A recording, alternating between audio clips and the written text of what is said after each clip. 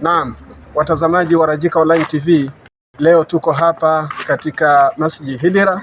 Tumetoka kwenye kikao hapa kata ya Tumbi, tukiwa kwenye kikao cha maandalizi ya tukio adhimu linalokusudiwa kufanyika tarehe 16 siku ya Ijumaa la ufunguzi wa msikiti Masjid Mbwate, sambamba na harambee kubwa ya ujenzi wa nyumba ya imamu pamoja na mwalimu wa madrasa, lakini pia na madrasa yenyewe. Sasa leo hapa baada ya kutoka kwenye kikao tumekutana na mashehe ambao wanasimamia jambo hili. Tunayo shekhe wa kata ya Maili Moja, atajitambulisha na atajaribu kusema kile ambacho wametoka nacho katika kikao hichi kwa niaba ya Rajika Online TV.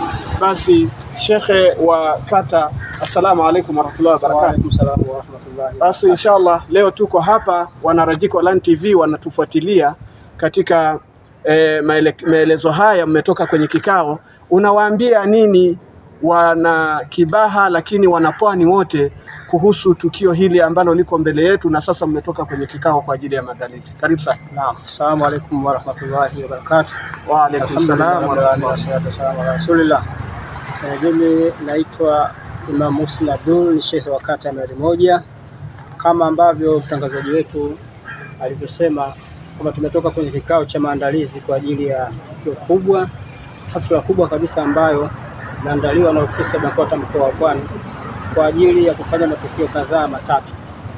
Tutakutana siku ya tarehe 16 pale kwa Matias katika ufunguzi wa msikiti mpya, msikiti wa BAKWATA Mbwate. Kwa hiyo hapo pia patakuwa na matukio yatakayofuatia baada ya ufunguzi huo.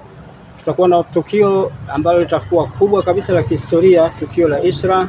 Patasoma kisa cha Isra au Miraji pale.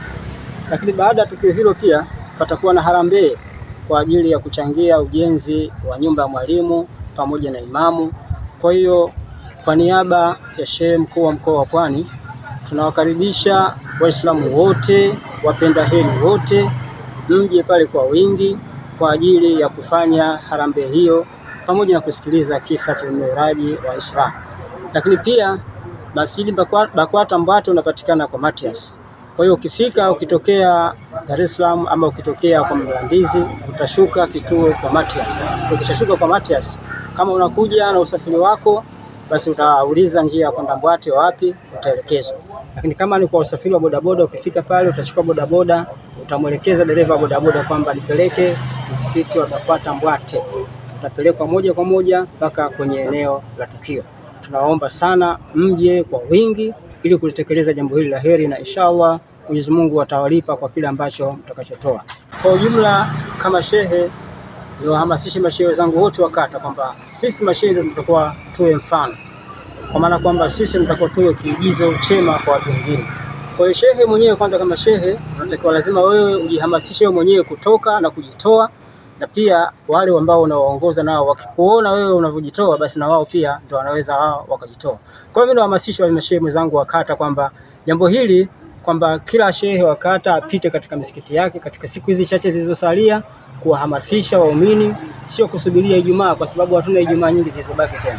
Kwa kuwa ikiwezekana swala ya dhuhuri unaswali msikiti huu na swala ya asri unaswali msikiti mwingine, ili kuwahamasisha wale waumini ili tupate watu wengi wa kwenda nao, kwa sababu wengi wetu utakapofika kule ndipo tutakapoweza lile jambo kufanikisha kwa urahisi zaidi.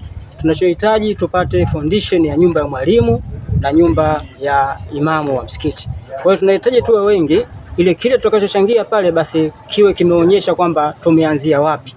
Na kwa imani yangu kwamba sisi mashehe wa kata tukijitoa vizuri, basi jambo hili litakuwa jepesi na itakuwa ni sehemu tosha kabisa ya kumsaidia shehe wa mkoa wa Pwani.